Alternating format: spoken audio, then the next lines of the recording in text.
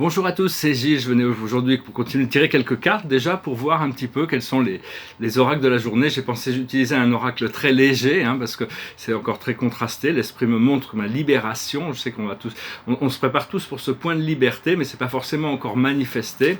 Donc il faut chercher à s'aligner le plus possible, puis discuter de 2-3 idées. Alors on va couvrir tout le zodiaque pour voir chaque aspect de la conscience. Le zodiaque, on doit intégrer tous ces 12 aspects de la conscience, de toute manière, tout le zodiaque, c'est ces 12 constellations qui ont choisi de servir à l'évolution de l'humanité, c'est pour ceux qui apprécient l'astrologie. Alors, dans le potentiel, c'est la famille, ce qui est potentiel, ce qui est en bélier, c'est la famille, c'est se retrouver avec sa famille, être bien en famille, être connecté, et ça peut être la famille invisible, ça peut être la famille céleste, ça peut être la famille terrestre, c'est pas forcément des liens de sang, la famille c'est les gens avec qui on se sent bien de toute manière. Ce que l'on possède c'est l'accomplissement, on a quand même beaucoup accompli, c'est-à-dire notre travail personnel, ça c'est en taureau, deuxième maison, on a beaucoup accompli, donc c'est l'accomplissement. En Gémeaux, c'est ce que l'on pense, ce que l'on communique, c'est nos voyages proches, c'est la destinée. Je vous laisserai les interpréter. Après ça, en Cancer, c'est notre univers interne, notre monde interne, notre environnement immédiat. Et là, on a la connaissance, le savoir. C'est-à-dire que on a intégré quand même pas mal de choses. On est proche de cette connaissance, de ce point de liberté. Après ça, en Lion, c'est la passion, c'est les enfants, et là, on a le rêve, c'est le cœur. Ici, on a les rêves. On a envie que nos rêves deviennent des réalités. Il vaut mieux vivre dans un rêve. De toute manière, la vie est un rêve. Mais enfin bon, il vaut mieux vivre dans un rêve merveilleux que dans un cauchemar, comme beaucoup de... Donc il faut... on doit lâcher prise sur toutes ces choses. Lâcher prise sur surtout l'ancien. Ça nous a servi quand même. C'était Proust qui considérait que toutes les épreuves de sa vie lui avaient servi plus que ces moments de bonheur, alors qu'en réalité, on apprend aussi bien dans les... Mais enfin, les échecs nous apprennent énormément aussi. Les erreurs nous apprennent des choses. On ne peut pas revenir en arrière, on ne peut qu'apprendre des leçons que la vie nous a enseignées. Après ça, dans la 6e maison, en Vierge, c'est la manière dont on se nourrit matériellement et spirituellement. Et là, on a l'écoute. On apprend à écouter ce que la voix intérieure, ce que la vie nous enseigne, notre guidance. Même des fois notre guidance est silencieuse, mais on doit être patient quand ces choses arrivent. Après ça, en Balance, la 7e maison, c'est le monde des relations avec le monde, relation avec nous-mêmes. Et là, on a le repos, on a besoin de vacances, on a besoin de se reposer. Moi, ici, j'ai pas de volet, donc je dors pas trop. Je devrais pouvoir y arriver de toute manière. Donc, il y a ce repos qui arrive, parce que c'est quand on se repose qu'on peut laisser notre imaginaire, nos pensées créatives se développer. Et c'est très difficile de ne pas pouvoir peindre. Pour moi, c'est très très difficile de ne plus pouvoir peindre. Ce que l'on a qui monte d'une subconscient, en Scorpion, 8e maison, c'est-à-dire ce qui revient, ce qui remonte, ce qui vient du subconscient, de la base, c'est l'action. Il y a toutes sortes on va être amené à l'action, toutes sortes d'actions qui vont arriver. Donc il faut être prêt. De toute manière, on est prêt à agir. De toute manière, quand on sent qu'il faut agir, parce qu'il ne faut pas agir avant d'être guidé à le faire, parce que sinon, des fois, on fait des bêtises. Enfin, on fait des choses qui servent à rien, quoi. En Sagittaire, c'est nos lois, nous concernent, nos philosophies, c'est l'humilité. Alors, il faut de l'humilité, mais pas trop. Il ne faut ni arrogance ni humilité. Il faut rester droit, il faut rester bien assis à l'intérieur de soi. Mais enfin il faut rester humble en sachant que tout dépend, tout est créé là-haut de toute manière. Et ça descend quand notre âme et notre esprit décident qu'on est prêt. Très difficile Ce qui vient de l'univers, de la grande mère, dans Capricorne, c'est le triomphe. Donc ça, on est très content que le triomphe arrive, finalement. C'est-à-dire cette victoire de la lumière, cette liberté qui est là. Après ça, en Verseau, c'est nos rêves, nos amis, nos espoirs. Et là, on a les choix. Donc on cherche quand même à faire le plus haut choix, jusqu'au moment où on aura fait tous les plus hauts choix, le seul choix sera de continuer sur le flot de notre voie, en suivant notre guidance. Et ce qui vient en Poisson, c'est le karma, l'inévitable, c'est la potentialité. Il y a toutes sortes de nouveaux potentiels qui vont se montrer.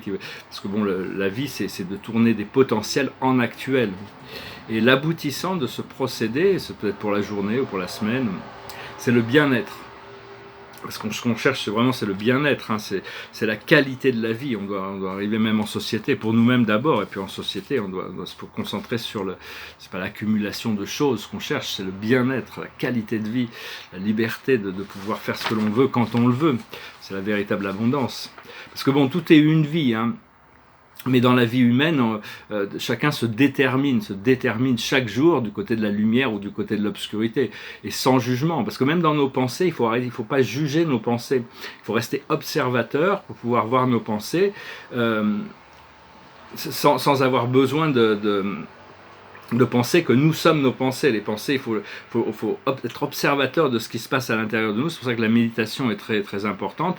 Et une fois qu'on a développé cet amour pour nous-mêmes et ce respect pour nous-mêmes, on ne peut plus jamais retourner au troupeau. Hein. On ne peut plus jamais, c'est-à-dire, on préférerait mourir que de devoir se compromettre. Hein. De toute manière, c'est plus possible après, à partir d'un certain moment. Et on ne peut pas être contrôlé par quelqu'un d'autre. Hein. C'est pour ça qu'il y a beaucoup de gens qui ont souffert énormément, beaucoup de messagers divins qui ont été martyrisés par la société parce qu'ils n'étaient pas prêts à se compromettre, à se soumettre à ce programme. Enfin bon, le fait de... J'espère qu'on n'aura pas besoin de mourir pour la cause, mais enfin bon, si on devait le faire, de toute manière, ça serait plus honorable que de devoir se soumettre et abandonner nos principes de vie pour arriver à... pour pouvoir se soumettre à quelqu'un d'autre. Hein, bon, parce que bon, il y a quand on est une âme qui a beaucoup vécu dans cette matrice et d'autres matrices, et qui a eu beaucoup d'expérience, on n'a pas du tout la même sensibilité que les jeunes âmes, hein, qui sont facilement manipulables et qui sont attirées par ce qui est sombre et ce qui est lourd, parce qu'on vient tous d'un monde très pur. Alors les nouvelles jeunes âmes, elles arrivent, elles ne connaissent pas l'impur, et donc elles sont très attirées, elles veulent voir l'impur, et après elles doivent subir la loi de cause à effet. Mais pour les vieilles âmes, on a déjà fait ça quand on était arrivé, et puis on s'est aperçu que tout ce qui était sombre et lourd, on devait le subir après. Donc progressivement, on s'en est détaché, et donc maintenant on ne cherche que les choses légères. Et donc, parce qu'on est tous là pour servir la conscience du Christ, c'est pas une question de religion, encore une fois, ça n'a rien à voir avec la religion. Parce que tout est fait en accord avec sa volonté, en essence le plan divin, et vu que c'est le Fils créateur de notre univers, la manifestation personnifiée du Père universel ici dans cet univers et ici sur Terre, donc tout est, en fin de compte, on est là pour servir cette voie de l'amour inconditionnel. Et tout ce qu'on a à faire, c'est être nous-mêmes, hein. C'est se réveiller nous-mêmes, et ça suffira à réveiller le monde en se réveillant, en s'occupant de notre propre ascension. Et tout se passe en relation avec la volonté divine. On ne peut pas réveiller les autres ou forcer les autres. Ce serait un peu comme secouer un arbre en nous disant si on le secoue, les fruits vont sortir et ils vont tomber. Non, c'est chaque chose en son temps. On est tous programmés différemment.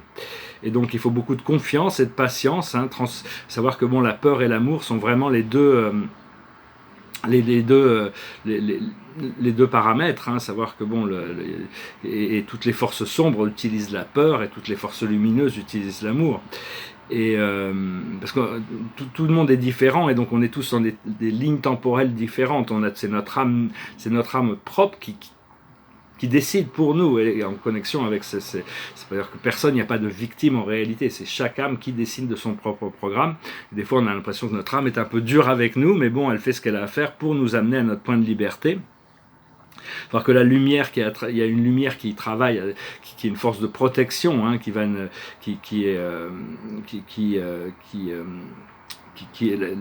l'amour amène à la lumière, c'est la force qui vient de l'intérieur et qui nettoie, qui illumine, qui débloque les choses.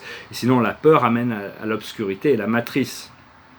Et donc c'est bien aussi de savoir qu'on peut connecter à toutes sortes de forces invisibles, hein, les arcturiens, les pléiadiens, les syriens, les anges, les archanges, les maîtres ascensionnés. On peut vraiment se reposer sur eux parce qu'ils ont une force qui est constante dans ce procédé de soutien. Et donc oui, on peut vraiment se connecter à eux, hein. J'avais pris quelques petites notes.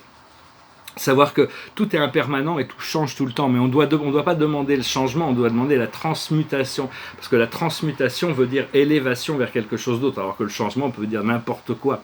Donc on doit utiliser cette flamme de la transformation, de la transfiguration, qui est la flamme violette, le plus possible, la ramener dans notre conscience, et penser à écrire vos rêves, ou en discuter, parce que quand on a des rêves, il y a toujours des raisons pour lesquelles on a des rêves, mais bon, enfin, avec des gens qui comprennent, parce que le jour j'ai discuté d'un rêve qui était très intéressant avec quelqu'un, il a pété les plombs parce que c'était pas du tout, il était complètement dans son truc, dans son buzz mental, et donc il faut quand même discuter avec des gens qui sont assez ouverts d'esprit et compréhensifs, mais quand on les écrit, ou juste les écrire, ça nous permet de comprendre la signification des rêves, c'est-à-dire qu'en revenant sur les rêves, en les réécrivant ou en discutant, il y a des révélations qui se révèlent sur le sens des rêves, pourquoi on les a rêvés, parce que des fois on peut se poser des questions, pourquoi on a rêvé ça,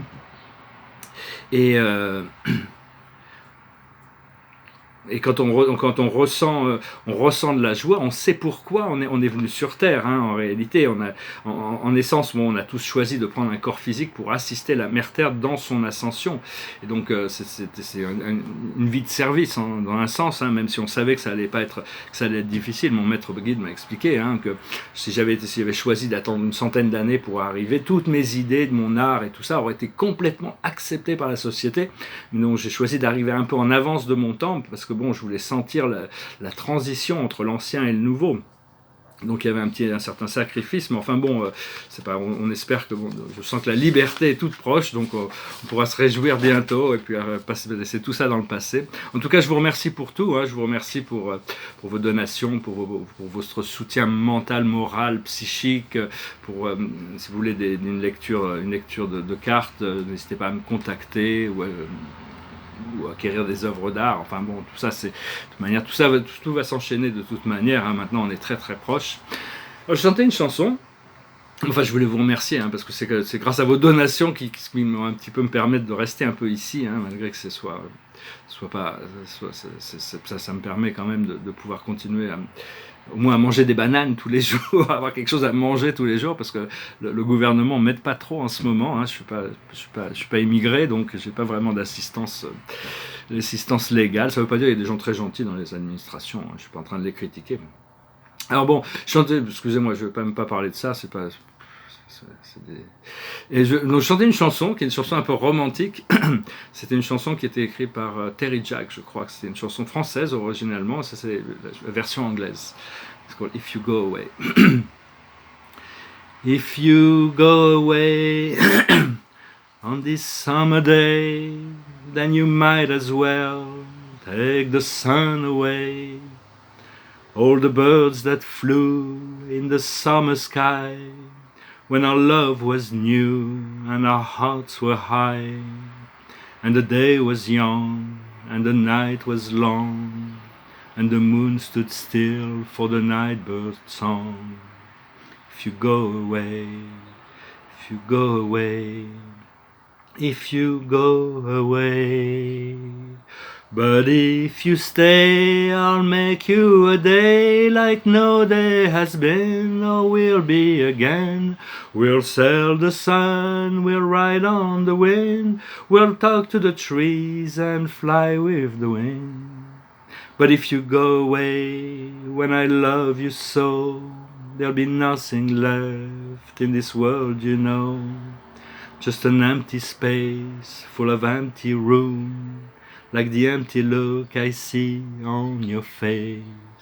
If you go away, if you go away, if you go away. But if you stay, I'll make you a day like no day has been or will be again. We'll sail the sun, we'll ride on the rain, we'll talk to the trees and fly with the wind.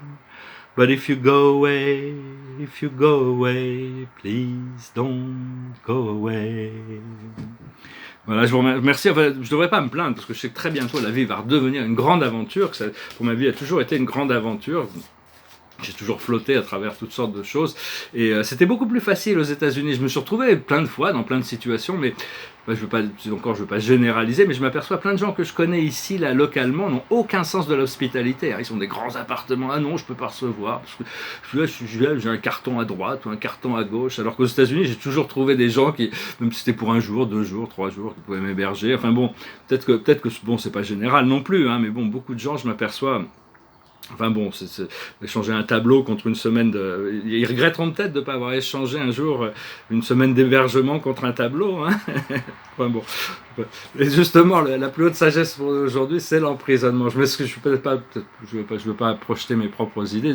C'est l'emprisonnement et l'esclavage. La porte est ouverte. On doit vraiment se libérer de toutes les formes de servitude. Comme disait Étienne de la Boétie, la servitude ne peut être que volontaire. C'est l'inconscience qui nous force à nous soumettre à des idées ou des forces qui n'ont aucune nécessité. Donc on doit continuer à se connecter à cette liberté, ou dans la très sainte trinosophie, c'était... L'auteur, on ne sait pas trop qui est l'auteur, c'est Caligastia, ou c'est probablement pas Saint-Germain, c'était un élève de Saint-Germain, qui commence, c'est un livre où il explique que la vie, tout est symbole dans la vie, et c'est quelqu'un qui est enfermé dans les geôles de la Bastille, par l'inquisition, et qui commence son livre, je vais vous enseigner le principe de la liberté. C'est-à-dire que même dans une prison, il est libre, parce que bon, il n'y a pas de... L'esprit, une fois que l'esprit a atteint un certain niveau, on ne peut plus, le corps physique n'est plus du tout un paramètre. Et donc pour ça, la sagesse, une fois qu'on dépasse cette idée d'esclavage et d'emprisonnement, on dévoue la confiance et la foi. On développe notre confiance et notre foi, et on s'aligne sur les choses. Ce que l'on doit comprendre, c'est la spiritualité et la religion. Ce que l'on doit faire, c'est les Celtes, c'est connecter au monde des Védiques, des Déviques, pardon, j'arrête pas de faire ce lapsus, c'est-à-dire au monde des élémentaux, au monde des divas, au monde aux forces dans la nature, qui sont très très puissantes. Et l'aboutissant, c'est homme-femme, c'est-à-dire arriver à résoudre ce paramètre de dichotomie entre le divin masculin et le divin féminin, mais aussi à arriver à réconcilier les relations amoureuses, être bien ancré dans notre chakra de la base pour développer cette connexion avec qui nous permet d'être dans le flot de l'harmonisation pour arriver à attirer les bonnes personnes dans notre vie, pour arriver à avoir des relations harmonieuses. Et donc une fois, parce que là ici il se tourne le dos quand même, ça veut dire aussi que dans les vies passées, c'est-à-dire on a pu avoir, si on est homme dans cette vie passée, on a pu avoir beaucoup d'incarnations en tant que femme. Et si on est femme dans cette vie-là, on a peut-être eu beaucoup d'incarnations en tant qu'homme, et on savait que c'était peut-être la dernière incarnation, donc on a choisi un genre qui était opposé. Donc personnellement, je sais que j'ai eu des vies passées, aussi bien hommes que femmes. Et donc, mais c'est pas facile d'intégrer, parce que c'est des natures qui sont extrêmement différentes, parce que c'est ce qui crée le dynamisme émotionnel. Et l'aboutissant, ça va devenir la vie communautaire, pour pouvoir s'intégrer dans la communauté où chacun a sa place, chacun trouve sa place, et tout le monde fonctionne ensemble. Voilà, je vous remercie, je vous salue, j'espère que vous passez une excellente journée, puis j'espère revenir bientôt à vous avec des bonnes nouvelles. Namasté.